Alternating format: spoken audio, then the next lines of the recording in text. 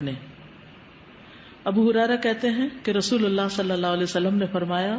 رمضان کے بعد سب سے افضل روزے اللہ کے مہینے محرم کے ہیں، یعنی مہینے کے اعتبار سے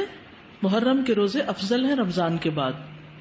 ویسے تو ذوالحج کے پہلے عشرے میں تو سارے اعمال افضل ہیں، لیکن وہ صرف پہلے 10 دن کی بات ہے، اور یہاں کیا ہے، پورے مہینے کی بات ہو رہی ہے۔ لیکن یہ بات ثابت ہے کہ نبی صلی اللہ علیہ وسلم نے اس پورے مہینے کے روزے نہیں رکھے، یعنی کمپلیٹ نہیں کیا محرم کو۔ اس سے اس مہینے کے روزوں کی ترغیب تو ملتی ہے، لیکن پورے مہینے کے روزوں کی پابندی نہیں، خصوصاً عاشورہ کا روزہ، 10ویں تاریخ کا روزہ۔ جب آپ سے اس دن کے روزے کے بارے میں پوچھا گیا تو آپ نے فرمایا، یہ روزہ گزرے ہوئے 1 سال کے گناہوں کا کفارہ بن جاتا ہے،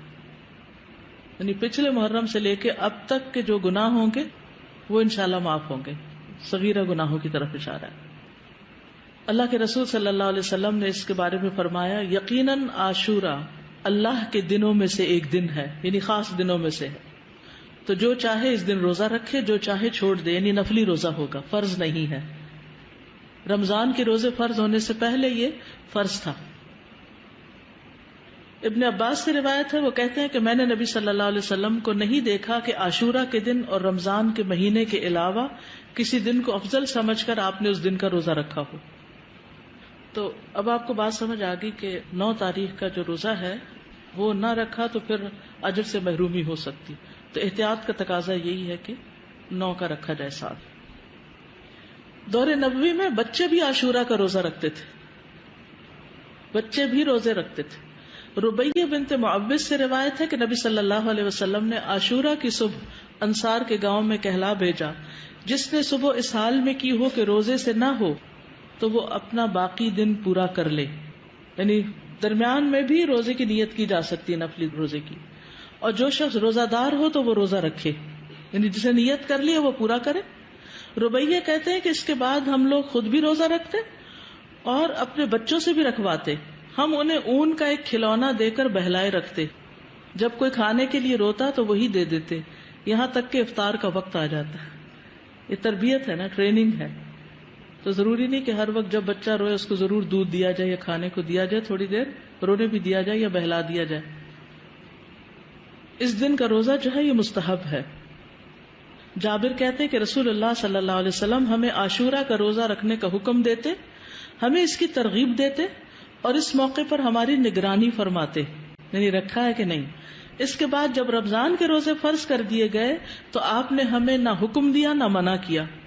اور نہ اس موقع پر ہماری نگرانی کی، یعنی نفلی روزہ ہو گیا، مستحب ہو گیا۔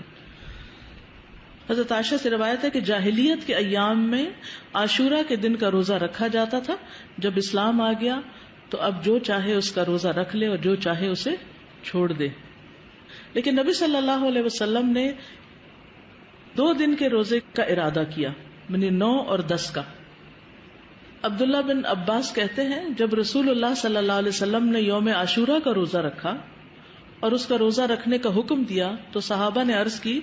اللہ کے رسول، یہی دن ہے جس کی یہود و نصارہ تعظیم کرتے ہیں۔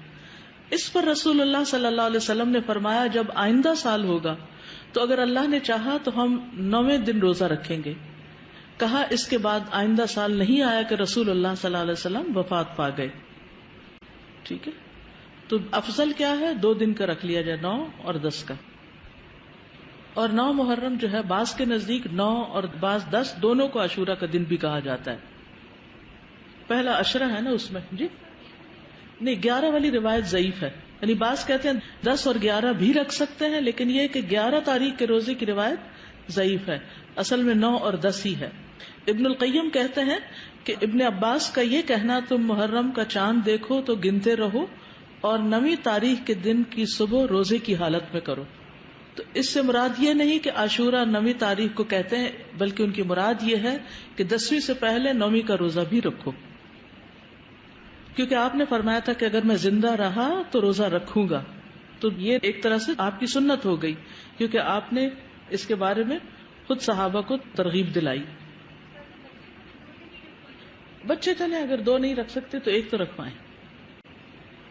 اور یہ جو الفاظ ہیں نا سلسلۃ الاحادیث الضعیفہ کے کہ اگر میں زندہ رہا تو یوم عاشورہ سے ایک دن پہلے یا ایک دن بعد میں روزہ رکھنے کا حکم دوں گا، یہ روایت ان الفاظ سے منکر ہے، یعنی اس کا انکار کیا گیا ہے، اس کی سند ضعیف ہے۔ اسی طرح ابن عباس کا بھی ایک قول ہے جو نبی صلی اللہ علیہ وسلم سے وہ روایت کرتے ہیں کہ آپ نے فرمایا یہود کی مخالفت کرو اس طرح کہ ایک دن پہلے یا بعد کا روزہ رکھو، تو اس کی سند ضعیف ہے، تو اس لیے بعد والا نہیں۔ ابن تیمیہ رحمہ اللہ کہتے ہیں صحیح بات تو یہ ہے کہ 9 اور 10 دنوں کا روزہ رکھنا مستحب ہے، کیونکہ آپ کا آخری حکم یہی تھا کہ اگر میں اگلے سال زندہ رہا تو 9ویں کا بھی ساتھ رکھوں گا۔ تو زیادہ افضل کیا ہے؟ ویسے تو پورے مہینے میں روزے رکھ سکتے ہیں، آپ چاہیں تو 11ویں کا ساتھ رکھ لیں، 3 اکٹھے رکھ لیں، لیکن وہ جو ہے نا فضیلت والی بات اور مستحب ہونے والی بات وہ 9 ہی